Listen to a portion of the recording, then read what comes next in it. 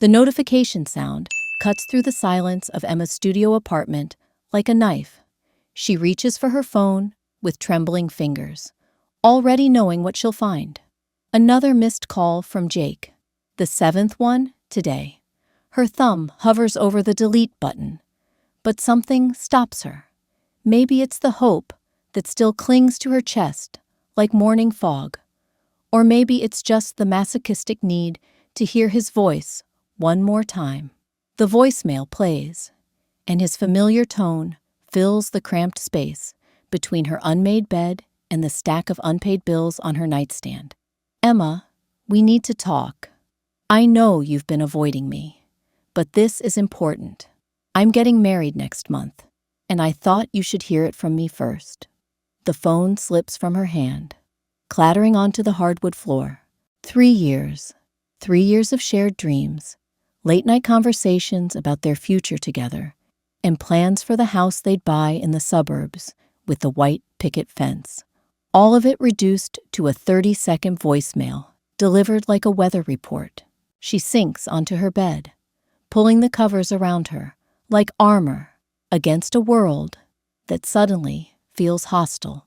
The apartment walls seem to close in, decorated with photographs she should have taken down months ago. Jake's smile beams back at her from a dozen different frames, mocking her inability to move forward. Outside her window, Portland's October rain drums against the glass with relentless persistence. The sound matches the rhythm of her thoughts, each drop a reminder of another evening spent alone, another weekend scrolling through social media to see Jake's new life unfolding without her. His engagement photos had appeared on her feed like a slap across the face. Him and Sarah, radiant in matching sweaters, her ring catching the golden hour light that made everything look like a fairy tale. Emma's phone buzzes again.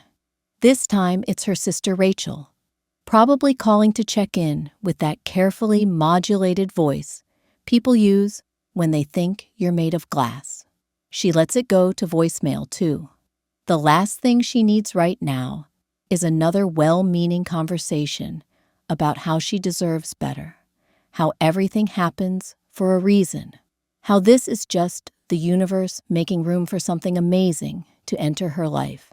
The universe, it seems, has a twisted sense of humor. She drags herself to the kitchen, bare feet cold against the linoleum.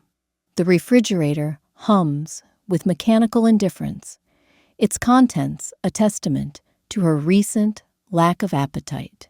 Leftover Chinese takeout from 3 days ago sits beside a carton of milk that's probably gone sour. She settles for a glass of water and stares out the window at the parking lot below, where couples hurry through the rain hand in hand, sharing umbrellas and secret smiles. Her laptop sits open on the counter, cursor blinking in the middle of a resignation letter she's been trying to finish for weeks. The marketing firm where she works has become unbearable since the breakup. Too many concerned glances from coworkers who know her story. Too many invitations to happy hour gatherings where she'll just be the tragic single friend nursing a wine glass while everyone else talks about their relationships. The cursor blinks, mocking her inability to make decisions, to take control of her own narrative. She types a few words, then deletes them. Types again, deletes again. The cycle continues until she slams the laptop shut in frustration. This isn't how it was supposed to be. At 28, she should be planning her own wedding, not watching her ex-boyfriend marry someone else. She should be saving for a down payment on a house, not struggling to make rent on a studio apartment that smells perpetually of her downstairs neighbor's cooking. She should be confident and successful and happy, not lying in bed at 2 p.m, wearing pajamas she hasn't changed in 3 days. The rain intensifies, and she finds herself thinking about the fight that ended everything. Not the screaming match that most couples have, but something quieter and more devastating. Jake sitting on her couch, hands folded in his lap, like a schoolboy called to the principal's office. His voice, measured and careful, as he explained that he needed space to figure things out, that he wasn't ready for the kind of commitment she wanted. 2 weeks later, he was dating Sarah from his office. 3 months after that, they were engaged. Apparently, he'd figured things out pretty quickly once Emma was out of the picture. She returns to bed, pulling her laptop with her this time. The resignation letter can wait. Instead, she finds herself browsing apartment listings in other cities, imagining a life where nobody knows her story, where she can reinvent herself without the weight of all these shared memories. Seattle looks promising. Maybe San Francisco. Somewhere she can disappear into the crowd and start over. Her phone buzzes with a text from her mother. "Honey, Rachel told me about Jake's engagement. Are you okay? Do you need me to come over?" Emma stares at the message for a long moment before typing back, "I'm fine. Just need some time." The response comes immediately. "You don't have to be fine, sweetheart. It's okay to be angry or sad or whatever you're feeling, but that's just it." She doesn't know what she's feeling. Anger would be easier to process than this hollow numbness that's settled in her chest, like fog. Sadness would be more manageable than this strange detachment from her own life. As if she's watching everything happen to someone else from a great distance. She closes her eyes and tries to remember what it felt like to be excited about something, to have plans that extended beyond getting through the day, to believe that good things were possible, that the future held promise instead of just more of the same gray uncertainty. The memory feels as distant as childhood, filtered through layers of disappointment until it's more impression than actual recollection. She remembers laughing until her sides hurt, but can't quite recall what was so funny. She remembers feeling beautiful, but the woman in her bathroom mirror looks like a stranger now, pale and hollow-eyed, with hair that hasn't seen a proper styling in months. Her laptop chimes with a new email. Another job rejection, probably. She's been sending out resumes half-heartedly, more out of obligation than genuine desire to change her circumstances. The responses have been predictably lukewarm. Her heart hasn't been in the applications, and it shows in every carefully crafted, but ultimately lifeless cover letter. Instead of the rejection she expects, it's a newsletter from some financial blog she subscribed to months ago and forgot about. The subject line catches her attention. 5 small changes that could transform your financial future. She almost deletes it immediately, but something makes her click it open instead. The article is standard fare, full of advice about emergency funds and investment strategies that assume the reader has disposable income to work with. But there's one section that makes her pause. It talks about the psychology of financial decisions, how people in crisis often make choices based on fear rather than opportunity, how sometimes the biggest risk is not taking any risk at all. She thinks about her savings account, pathetic as it is. $347, barely enough to cover her phone bill and groceries for the week. The rest of her paycheck goes to rent, and the minimum payments on credit cards she maxed out during happier times when she thought Jake would be there to help shoulder the financial burden of building a life together. The rain has stopped, and weak afternoon sunlight filters through her window, casting everything in that particular October light that makes the world look like it's been dipped in honey. She can hear children playing in the courtyard below, their laughter carrying up through the stillness. The sound should be comforting, but instead, it emphasizes her own isolation. Her phone rings again. This time, it's an unknown number, and she answers without thinking, grateful for any distraction from her own thoughts. Hello, is this Emma Chen? The voice is professional, but warm. Definitely not a telemarketer. Yes, this is Emma. Hi, Emma. This is David from Cascade Marketing Solutions. I got your resume through our mutual connection at Morrison and Associates. I know this is short notice, but I was wondering if you might be available for an interview tomorrow afternoon. Emma blinks, trying to process the unexpected opportunity. She'd applied to Cascade weeks ago and assumed they weren't interested when she didn't hear back immediately. Tomorrow afternoon, she repeats, mind racing. Yes, I think I can make that work. Excellent. How does 2 o'clock sound? We're located downtown, just off Pioneer Square. After hanging up, she stares at her reflection in the black screen of her laptop. For the first time in months, she feels something that might be hope stirring in her chest. Not the desperate hope she'd clung to about Jake coming back, but something more solid and self-directed. The possibility that maybe, just maybe, she could build something new from the wreckage of her old life. She opens her laptop and finally finishes the resignation letter, her fingers moving across the keyboard with newfound purpose. The words come easily now, professional and clean, with no hint of the emotional chaos that's been consuming her for months. When she's done, she reads it over once and hits send before she can second-guess herself.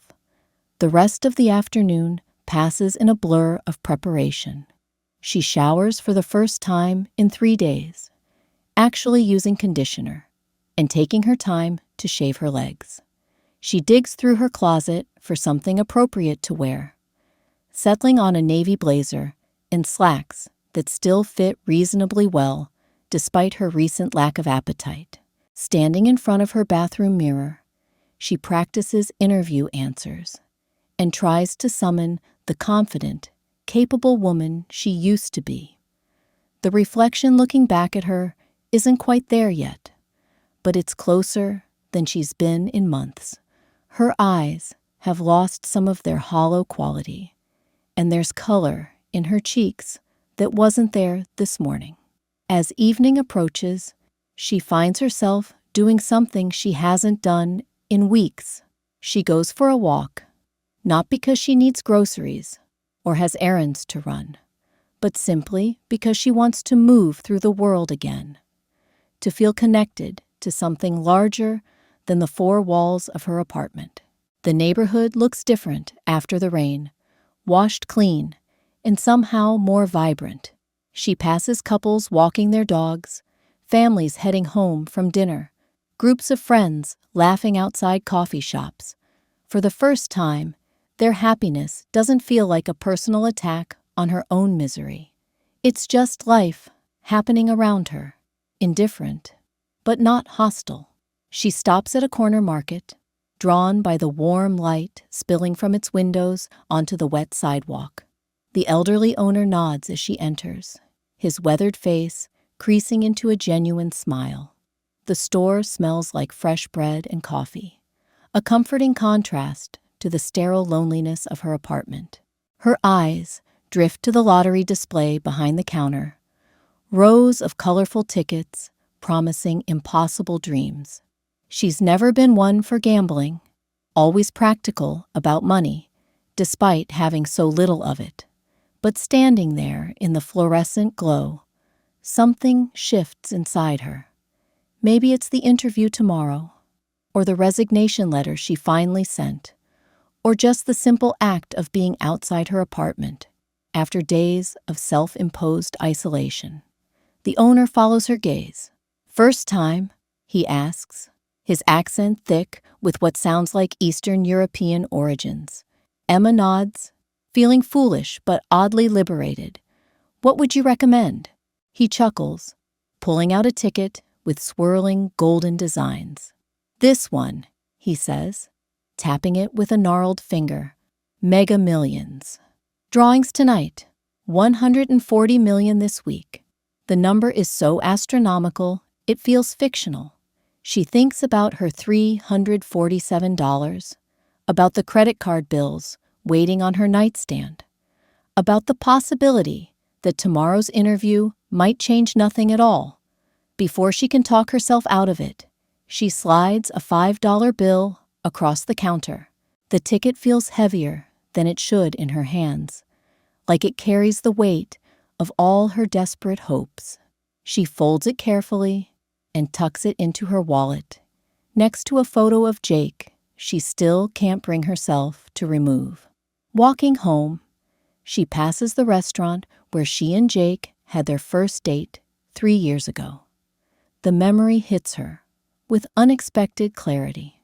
How nervous she'd been, changing outfits 3 times before settling on a simple black dress. How he'd laughed at her terrible jokes and insisted on walking her to her car afterward, his hand warm in hers under the streetlights.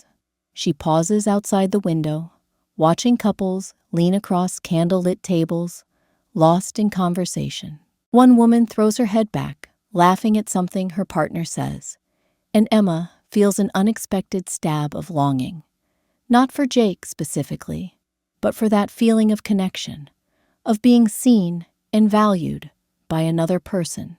Her phone buzzes with a text from Rachel. Heard about the interview tomorrow. So proud of you for putting yourself out there again. You've got this, sis. The support feels genuine, uncomplicated by the careful tiptoeing everyone's been doing around her feelings. She types back a quick thanks and means it more than she has in months. Back in her apartment, she sets out clothes for tomorrow's interview, pressing the blazer and checking for stains or wrinkles. The routine feels foreign after so many weeks of pajamas and takeout containers, but also reassuring. Like muscle memory slowly returning after an injury. She makes herself dinner for the first time in days. Nothing elaborate, just scrambled eggs and toast. But the act of cooking feels significant. She sits at her small table instead of eating in bed, actually tasting the food instead of mindlessly consuming it while scrolling through her phone. The lottery ticket sits on her counter, forgotten until she's cleaning up the dishes. She picks it up again, studying the numbers printed in neat rows. The drawing isn't for another few hours, but she finds herself imagining what she'd do with that kind of money. Pay off her debts, obviously. Move somewhere new, maybe. Travel to all the places Jake never wanted to visit because they were too expensive or too impractical. The fantasy feels both impossible and oddly comforting, a temporary escape from the reality of job interviews and grocery store employment applications. She's always been sensible about money, careful with every dollar, but tonight she allows herself to dream without the usual chorus of practical objections. Her laptop dings with a response to her resignation letter. Her boss, typically professional, accepts her 2 weeks' notice and wishes her well. No dramatic questions or attempts to convince her to stay, which is both relieving and slightly deflating. 3 years at the company, and her departure merits a single paragraph response. She spends the evening researching Cascade marketing solutions, memorizing their client list and recent campaigns. The work looks interesting, more creative than her current position, with room for growth that her present job never offered. She practices answers to common interview questions, speaking them aloud to her empty apartment until they sound natural. At 10 o'clock, she remembers the lottery drawing. She finds the website on her phone and watches the numbers roll across her screen. 7, 14, 23, 31, 45, and the mega ball 12. She checks them against her ticket once, twice, then a third time because her hands are shaking too badly to focus. The numbers match. All of them. She stares at the ticket then at her phone, then back at the ticket. This can't be right. Things like this don't happen to people like her. People who get dumped and struggle to pay rent and eat leftover Chinese food for breakfast. She checks the website again, screenshot the winning numbers, compares them digit by digit with the ticket in her trembling hands. 7, 14, 23, 31, 45. Mega Ball, 12. Her ticket, her numbers, $140 million. The room seems to tilt sideways. She sits down hard on her couch, still clutching the ticket like it might disappear if she lets go. Her mind races through everything she knows about lottery winners. Horror stories about people who lost it all or had their lives ruined by sudden wealth. But underneath the fear is something else, something that feels like the first deep breath she's taken in months. She calls the lottery hotline, following the automated prompts with mechanical precision. Yes, she has a winning ticket. Yes, she understands she needs to sign it. Yes, she wants to remain anonymous if possible. The customer service representative's voice sounds surreal, like they're discussing someone else's life. After hanging up, she sits in her quiet apartment, rain beginning to fall again outside her window. The same rain that was falling this morning when Jake's voicemail shattered her already fragile composure. 12 hours ago, she was drowning in self-pity and unpaid bills. Now she's holding a piece of paper worth more money than she ever imagined having. Her first instinct is to call someone, to share this impossible news. But who? Rachel would think she was having a breakdown. Her mother would worry about taxes and financial advisors and all the practical considerations Emma hasn't even begun to process. Jake. The thought of calling Jake makes her stomach twist with complicated emotions she's not ready to untangle. Instead, she takes a photo of the ticket and screenshots the winning numbers, saving everything to her cloud storage. Then she locks the ticket in the small, fireproof safe she bought after her apartment was broken into 2 years ago. The same safe that holds her passport and birth certificate and the engagement ring Jake never got the chance to give her. She lies in bed that night, staring at the ceiling, mind spinning with possibilities and fears in equal measure. Tomorrow, she has a job interview for a position that suddenly feels unnecessary. Tomorrow, she could quit her current job immediately instead of working out her notice. Tomorrow, she could buy a house, a car, a whole new life if she wants it.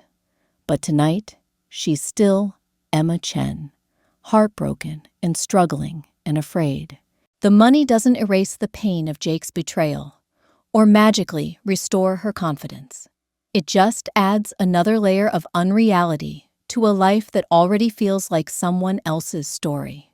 She thinks about the elderly man at the corner market, how he smiled when he handed her the ticket, whether he knew, somehow, that he was handing her a key to a completely different existence, whether anyone ever really knows when their life is about to change forever, or if it always happens like this, quietly and without warning, in the space between one heartbeat and the next.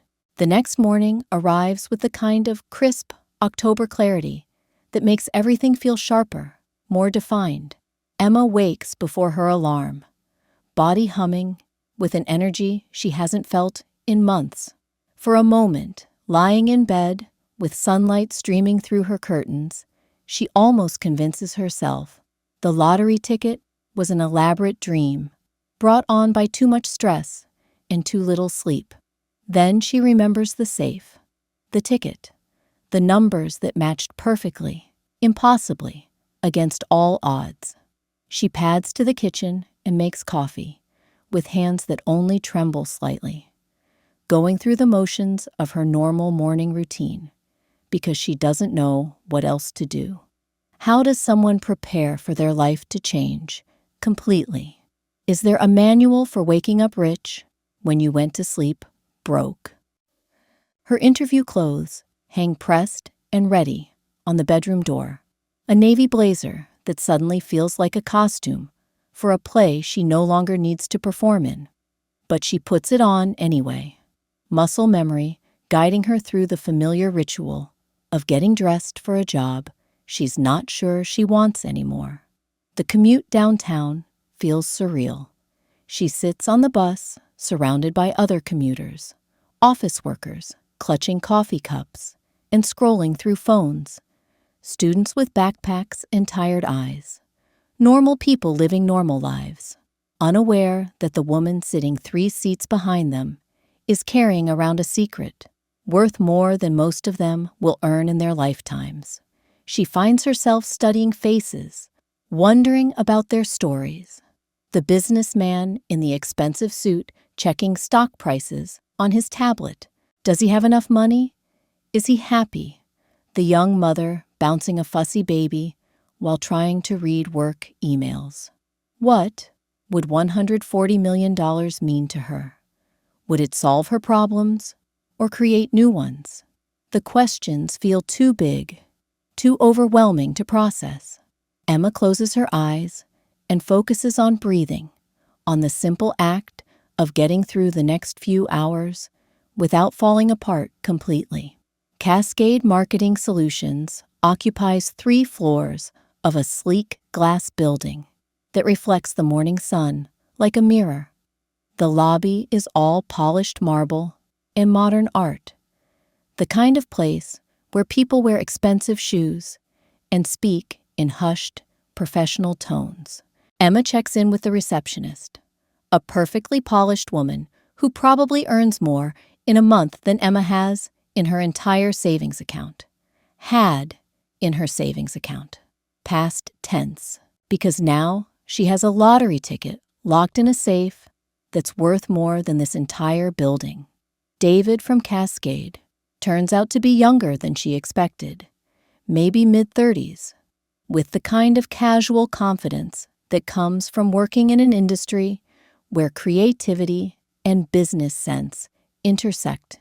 He leads her through an office space that buzzes with energy, walls covered in campaign mock-ups, in award certificates, employees hunched over computers or gathered around conference tables, sketching ideas on whiteboards. The interview goes better than she dared hope. David asks thoughtful questions about her experience, her vision for marketing in an increasingly digital world, her thoughts on campaign strategies that build genuine connections with consumers. For the first time in months, Emma feels like herself again, articulate and passionate, and capable of contributing something meaningful. "We've been looking for someone with your background for months," David says, leaning back in his chair. "Someone who understands both traditional and digital marketing, but more importantly, someone who gets that good marketing is really just good storytelling." Emma nods, thinking about stories and how quickly they can change.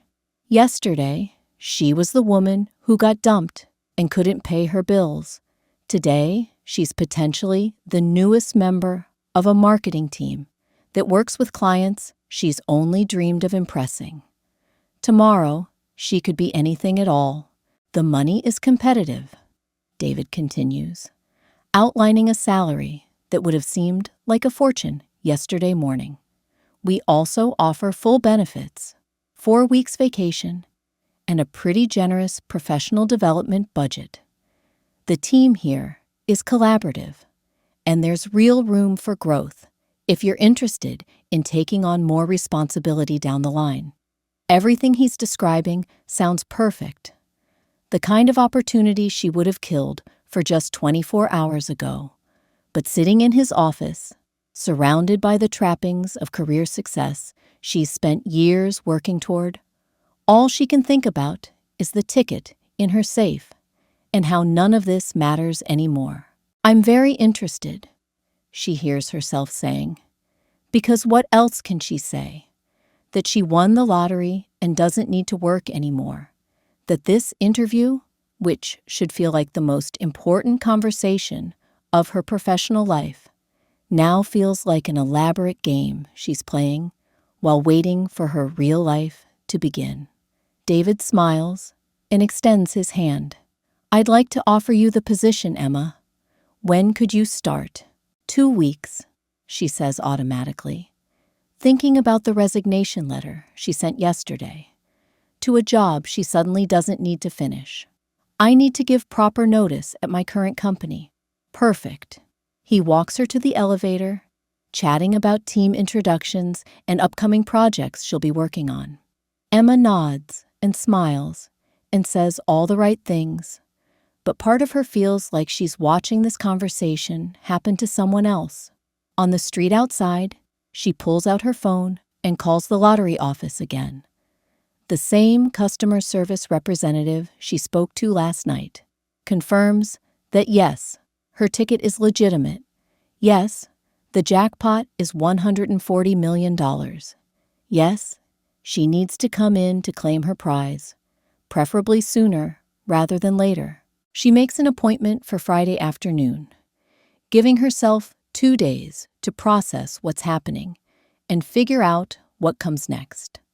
2 days to decide if she wants to take the Cascade job or politely decline, and figure out what to do with the rest of her suddenly unlimited life. Walking through downtown Portland, she passes coffee shops and boutiques, art galleries, and restaurants that were financially out of reach just yesterday. She could eat at any of them now, could buy anything in those store windows, could travel to Paris or Tokyo or anywhere else that sounds interesting. The freedom should feel exhilarating, but instead, it feels paralyzing. Too many choices, too many possibilities, too much change happening too fast for her mind to keep up. Her phone rings. Jake's name appears on the screen, and for a moment, she considers answering, not because she wants to hear his voice or get pulled back into the complicated mess of their relationship, but because she wants to tell someone about what's happened, to share this impossible news with another person who knows her history, who understands how dramatically her circumstances have changed. She lets it go to voicemail.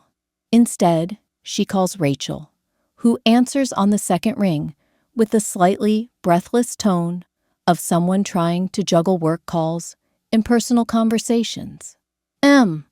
How did the interview go?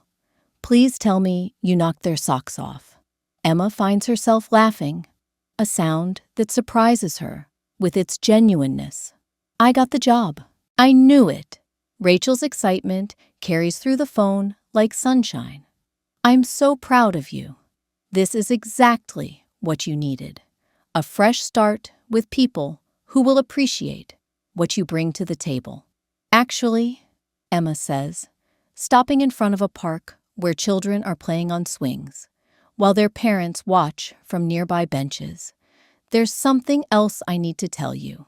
She explains about the lottery ticket, about the numbers matching, about the appointment she made for Friday afternoon. Rachel's silence stretches so long that Emma wonders if the call has dropped. Are you serious? Rachel finally whispers.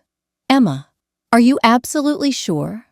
Because if this is some kind of breakdown response to Jake's engagement announcement, we need to get you help, not celebrate imaginary lottery winnings. I'm serious. I have the ticket. I checked the numbers a dozen times. It's real, Rach. More silence. Then, oh my God, Emma, do you realize what this means? You never have to worry about money again. You can tell Jake to go to hell. You can buy a house, travel the world, do anything you want. The possibilities sound overwhelming when Rachel lists them like that. Too big and too sudden for Emma's brain to fully process.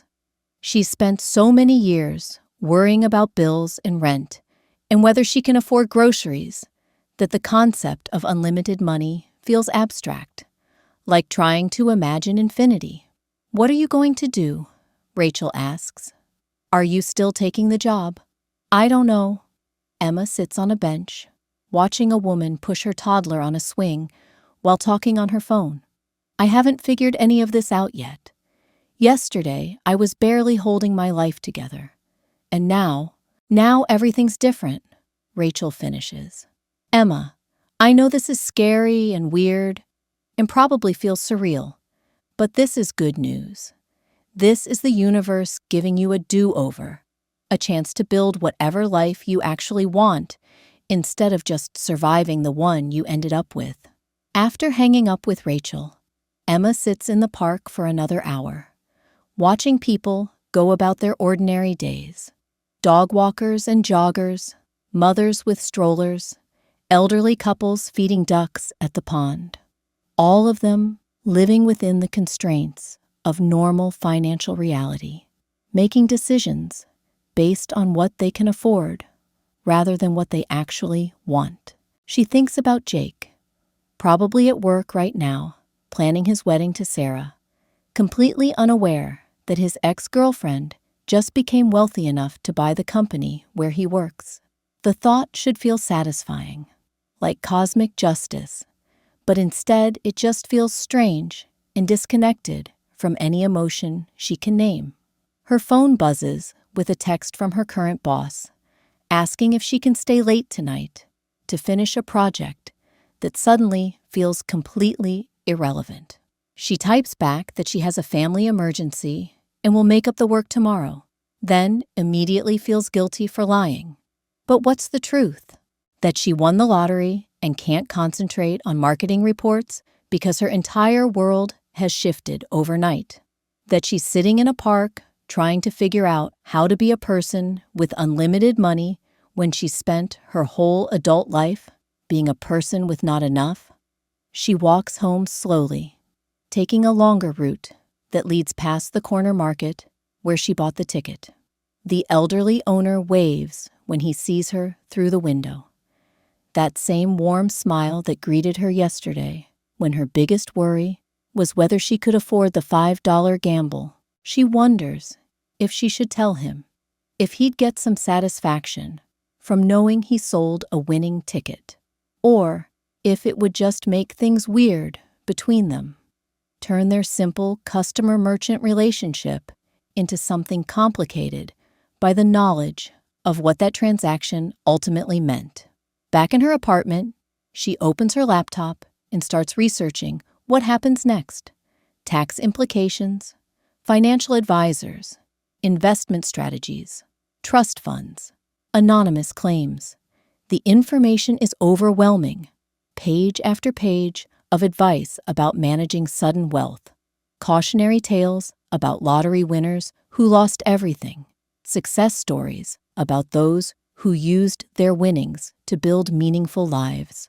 One article catches her attention, written by a financial planner who specializes in working with lottery winners.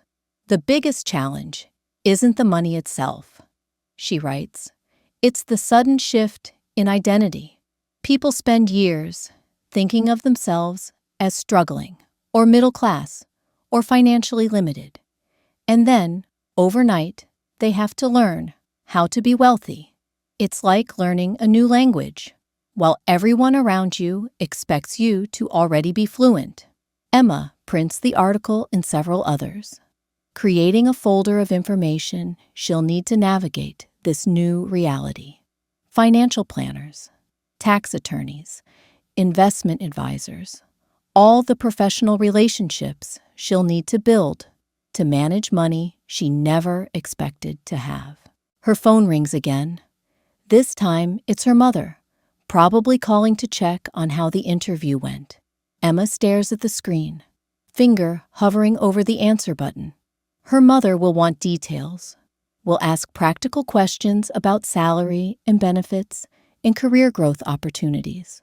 Normal questions for a normal situation that no longer applies to Emma's life. She answers anyway, because avoiding everyone who cares about her isn't sustainable, even if she doesn't know how to explain what's happening. "Sweetheart, how did it go today?" Her mother's voice carries the careful optimism of someone who's watched their child struggle and desperately wants good news. "I got the job," Emma says, which is true, even if it's not the most important thing that happened today. "Oh, honey, that's wonderful.